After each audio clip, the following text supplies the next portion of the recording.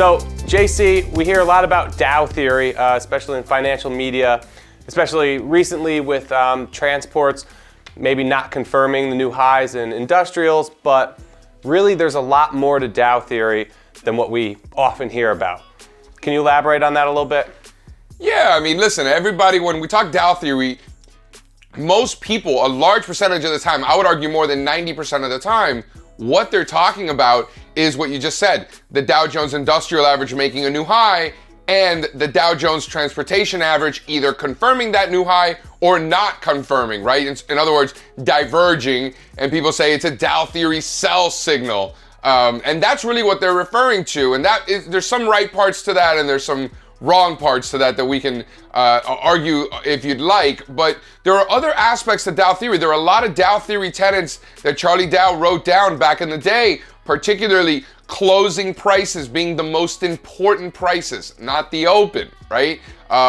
He also talked about identifying trends, recognizing trends, the longer term bull market trends, some of the more intermediate term trends within that, and then ultimately the micro trends on a daily basis, or these days we have even more micro trends intraday, but sort of that multiple time frame approach. All of that is Charlie Dow.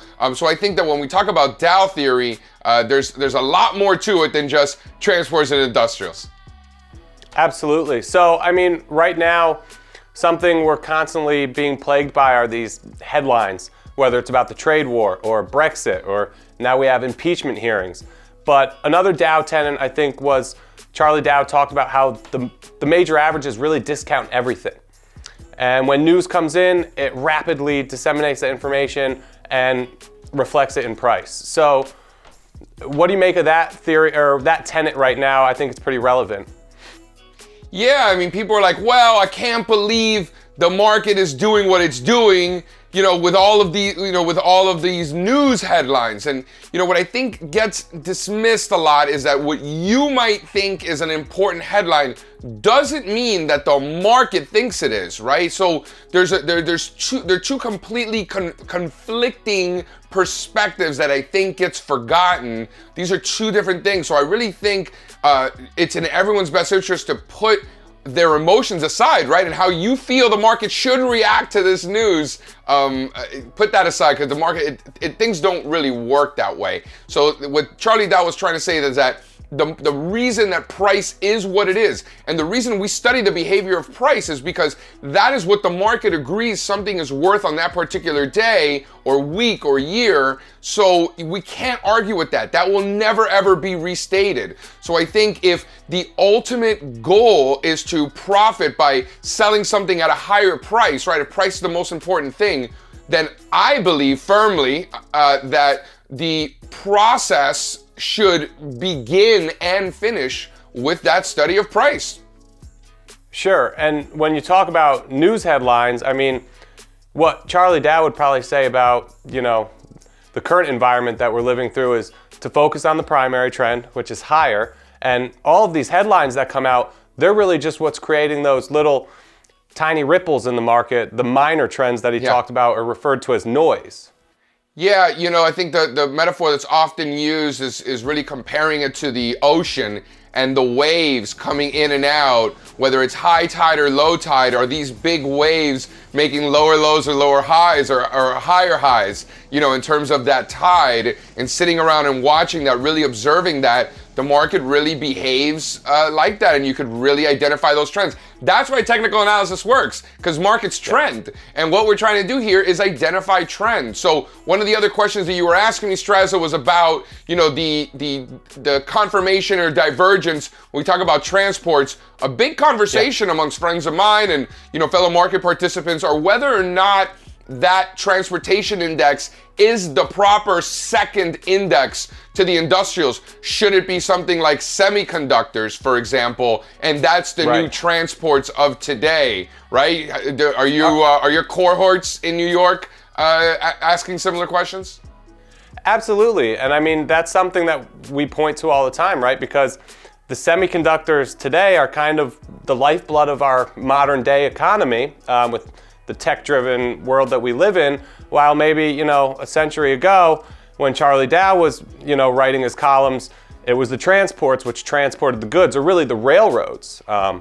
But that evolved over time, and even the index that he talked about in the beginning, the railroads became the transports, and now you could really make, I think, a pretty strong argument for an area like semiconductors, or I know off air you mentioned to me home builders, which has been a really excellent kind of leading indicator at the index level recently.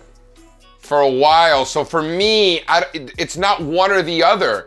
It's a weight of the evidence. So we look for divergences in home builders relative to the S&P, of course, in the exact same way that the Dow Theory purists like to talk about industrials and transports confirming one another. I use the home building index the exact same way as I look at the transports in that conversation anyway, and semiconductors as well. They've been great leading indicators. You know, just go back, home builders peaked in 98. 2 years before the tech bubble burst. Home builders peaked in 05, 2 years before the financial crisis started, or the market peaked anyway. Look at 2018. Things peaked in January, and home builders were nowhere near their highs when S&Ps were making new highs in early October of 2018. So great leading indicator. Semiconductors as well. So seeing the strength in semiconductors currently, seeing the strength in home builders currently, confirming what we're seeing in the S&P 500. The one we're waiting on is transports, but the bottom line is we can't say that there's a divergence. They're both still making new highs. Transports are just hitting multi-quarter highs. So to suggest that we're not confirming because we're not making all-time highs, I think is ignoring that confirmation is a process and we need to get there, and it is on the way. It's not like we're making new lows. It's on the way, continues to make new highs. And I do think based on the weight of the evidence, Homie's doing so well, Semi's doing so well, S&Ps and Dow making new highs, NASDAQ obviously. I think the final one to turn is going to be transportation stocks. And if we're right that stocks are going substantially higher, I don't think that's going to happen without further participation in transports. So basically, when you look at these two key industries, semiconductors and home builders, you know, they're showing you a green light, new highs. They're confirming the trends in the major averages. So rather than looking at the weakness or the relative weakness in transports, which have yet to confirm a new high, you look at it more as a basket. They're all very important subsectors or industry groups. Two of them are confirming, one, transports is not. So just like anything else, we take a weight of the evidence approach, and that's nothing to really be bearish about. And those are things that we talk about, just Dow theory, like industrials and transports either confirming with one another or diverging versus one another, right? That's that conversation. Sure. But we can add another element of relative strength where we talk about the S&P 500 versus consumer staples, right? Because that ratio looks exactly like the S&P 500, and we've had beautiful divergences in the past, helping us identify both bottoms and tops in major trends. So add the ratio of staples relative to S&Ps in that conversation. Add financials relative to S&Ps into that conversation as well. So it's not like this magic Dow theory, this one magic indicator. It really is looking at all of them and saying, hey, are a bunch of these diverging? Are a bunch of these confirming? And if more and more continue to confirm, it's a higher likelihood that the ones that have yet to confirm will. And then in the opposite, in other occasions when we're seeing more and more divergences and only a couple still hanging in there, that's a heads up that something's about to roll over, right? So we use it in both directions. And right now, the weight of the evidence continues to point to higher stock prices, not lower prices. When we start to see those divergences, we'll be talking about it right here. You know that.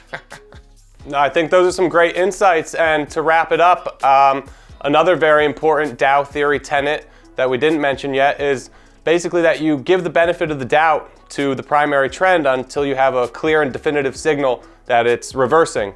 And in light of all the things you just mentioned, doesn't seem like we're even close to there yet. I like how you wrapped that up, Strazza. That was nice.